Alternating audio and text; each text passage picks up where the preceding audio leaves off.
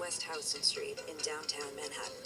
In this episode, Film Forum presents an introduction by the renowned translator Michael F. Moore on April 3rd, 2019, opening night of the U.S. theatrical premiere of Francesco Rosi's complete, uncut Christ Stopped at Eboli. Mr. Moore created an all-new translation and subtitles for the unseen 4-part version of Rosi's film, now playing through Thursday, April 18th. There are no plans to release it on home video or streaming. Introducing the podcast is Bruce Goldstein, Film Forum's Director of Repertory Programming and founder of Rialto Pictures, who ended a long quest to find the uncut version and also edited the new subtitles. Francesco Rosi's Christ Stopped at Eboli was made for Italian television in 1979 as a 4-part miniseries. When it was first released theatrically here in 1980, it was retitled Eboli, which actually makes no sense, and cut nearly in half to 2 hours.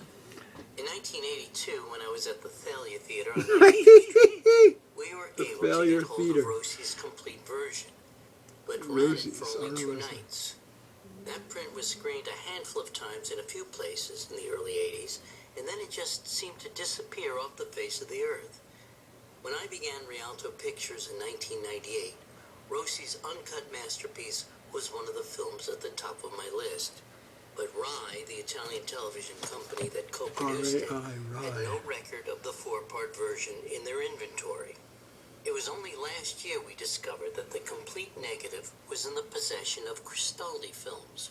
The late Franco Cristaldi was one of the original producers. Earlier this year, a restoration was completed. We then asked Michael F. Moore, one of the leading American translators of Italian literature, to create an all-new translation and subtitles. Michael is now completing his new translation of the 19th century classic, The Betrothed by Alessandro Manzoni. The Betrothed. His most recent translations include The Drowned and the Saved by Primo Levi, The Drowned in the Saved by Alberto Moravia, Levi. and The Animal Gazer by Edgardo Franzosini. No punctuation. Michael has been an interpreter for Italy's most celebrated film directors, including Francesco Rosi, and also teaches literary translation at Columbia University.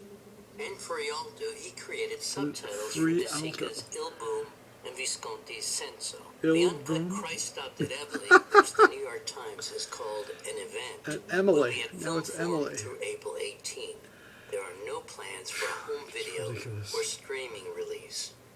Here now is Michael F. Moore's introduction to Film Forum's opening night screening. Opening night screaming. He talks not only about the translation and historical background, but also about the region of Basilicata, where Christ Stopped at Eboli is set. You'll find the slides he refers to on Film Forum's YouTube channel. Thank you for that introduction. I think there's this illusion that translators like to be invisible, and I'm glad that you're sort of dispelling people of that. When I told people that I was doing the subtitles for this film, so many people said, to my surprise, maybe not really, that Christ Stopped at Eboli had a deeply personal meaning for them. For me, it was the first book that I read in Italian, I think, when I moved to Italy in 1975. It had been recommended to me, and it gives this very striking portrait of a part of Italy that I've actually never been to. But I think I've been very struck by the Italian Americans I know and by Southern Italians and their response to this, which I think is even more personal, because this part of Italy and its poverty and the percentage of immigration has for too long been treated as a source of shame by Italy, by the Italian official historians. It's something that should be sort of written out of history. And I think that Italian Americans and Southern Italians have felt this on their skin very deeply. I lived in the North, but in the 1970s, they used to use the word immigranti, immigrants, for people that had migrated to northern Italy for work. Now, instead, of course, the target has shifted even further south when people talk about migration. And, I always say that I wish people would see this and sort of look at history and maybe recognize that we're all migrants. The other aspect, when Levi was writing this book, Carlo Levi, was the first Levi that I was aware of, actually. he sees the peasants, who also Mussolini also saw as a great source of shame, instead as a sort of quintessence of the Italian character. And when, at the end of his book, after he's concluded the memoir and he's trying to draw some conclusion about what course the next Italian government should take, he points to the need for a peasant revolution. We have some slides, but before looking at them, I'd just like to mention a few things about Levi. He was sentenced to internal exile, a term difficult to translate, internato, because if I say intern, everyone will think that he was making photocopies. But he was a founding member of Giustizia e Libertà in Turin. Of some of the founders of this movement being murdered by fascist thugs through the film The Conformist. Unbelievable. He was sentenced to internal exile to this part of Italy, which we'll see in a map very shortly, and was imprisoned multiple times, actually. After he was freed, he went to Paris, came back, was imprisoned in Florence, during actually a very dangerous period in Italy to be not only an anti-fascist, but to be a Jew, which is after 1943, when the Mussolini government fell and the Nazis took over most of Northern Europe, is when the most horrible deportations happened. Should have said. There's an interesting joining here, though, of book and film, in that Francesco Rosi had long wanted to make this film. And Carlo Levi was very reluctant to give up the rights to it.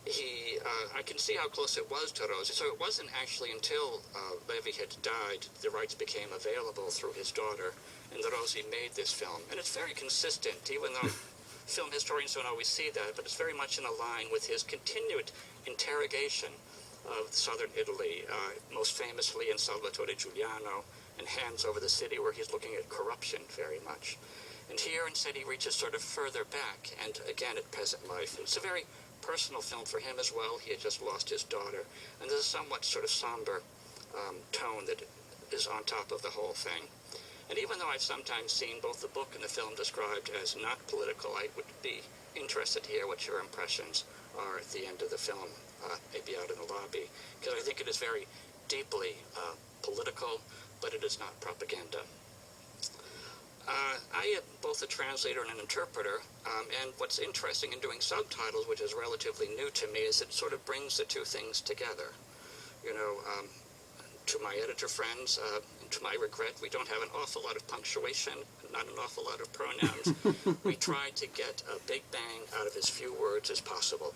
With that, we can start our slideshow. Here you see Levi himself, who in later pictures sort of looks a little bit like A-L-E-V-I? Marx on steroids.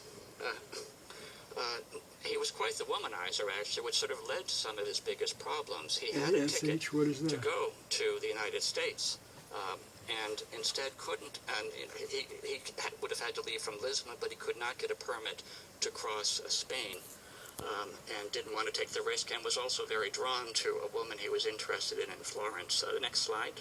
Here you get a sort of broad picture of the region, which is today called Basilicata, Lucania. And here you'll see this train, which goes to, let me see if I can see it properly.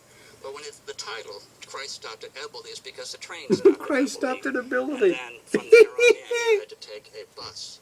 But when they said Christ, when they used the word Christian in the film and in a lot of early Italian works to indicate a human being in the full sense. There you see Matera, which has gone from being the very impoverished town that is described in the book and in history to being this year the European city of culture. And this hovel, which is described in the film, of these caves where people lived with their animals, is now a very fancy hotel. Next slide. Here you see in the film and the book it's called Galliano, but the real place is Agliano, and a tribute paid to Levi there. Next. Is Agliano? Here you see some of the paintings. What's interesting in what Rosi does with the film is that he tells it very much from the point of view of Levi. And so he tries to capture Levi's own approach and view of the landscapes through the way that it's filmed. Next. This I was particularly moved by because this was the cover of the Italian edition that I read so many years ago. Here you see one of the children. The next slide, please. One of the things that's often difficult to do in translation when you're dealing with something so specifically Italian is trying to capture the context that's behind certain words. Here, I was sort of surprised to find myself dealing with the same problem as I dealt with in Senso, which is the historical background that explains a lot of things. When we say risorgimento, Italian unification, it is the background because you're talking about this sort of yoking together of northern and southern Italy, but under a northern Italian crown. Over a long period of time, really 3 wars, but basically from 1860 all the way up until around 1890 when the Rome was finally taken. Next slide. You'll hear the word Piedmont. It's not just a region which is great for wine and for food, but here it is referring to the fact that the king of Italy and the maybe seen as a sort of foreign occupying power for the peasants was in the area of Piedmont. It was called the Kingdom of Sardinia, King Victor Emmanuel II. But at this time, I can't remember the name of the king, but when you hear Piedmont referred to, it is with hostility, and it represents the sort of, it is the national government of Italy, but which is actually the government of the North. Next slide. Bersagliere comes up. Now, you might have seen them in films. They sort of run around, and in films they're often running very, very quickly, as they do in parades today, and they have what looks like a dead chicken on their heads. But the Bersagliere were the soldiers of the Northern Royal Army. Yeah, they were completely. So when you hear reference to a Bersagliere or a Piedmontese being lost in the mountains, then they're talking about a foreigner and someone that was seen as a hostile soldier. Next. Instead, when you're looking at the South, you'll hear a lot of talk about the Borboni. That's very tricky to translate into English because it comes out as bourbon, and you're all going to be thinking of whiskey. But the Bourbon kings, the Spanish kings of southern Italy, you had a kingdom down there. So they had a very different form of government. They had a very feudal relationship with their overlords. And, you know, the Northerners will be criticizing, especially at the end of the film, you'll hear them criticizing the Southerners as being still somehow enthralled to Bourbon feudalism. And the 2 Sicilies, because they had both Naples in that area and Sicily. Next. Brigandage. I fought with Bruce a little bit over whether we could call them bandits or not. It was actually a specific movement. It was a kind of insurrection against the northern occupation of southern Italy.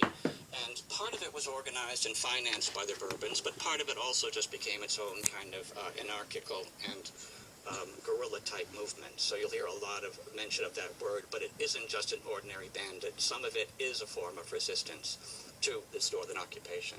Next.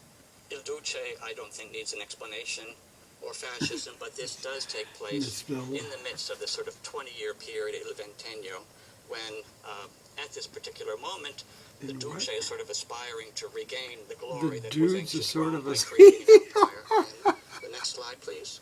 Lindbergh sort of beat this Italian aviator, Francesco Pinedo, in doing the first solo transatlantic crossing. He was a very significant figure and also a big moment in sort of nationalist Well, I think that's enough howling for now. Next. If the Abyssinian War, which I was sort of indicating earlier, this posting of the in this very films same period, has on YouTube has a closed caption similar to what a film forum has. I recommend anyway. Read the book first. It's a terrific read. This song that you'll hear, and I've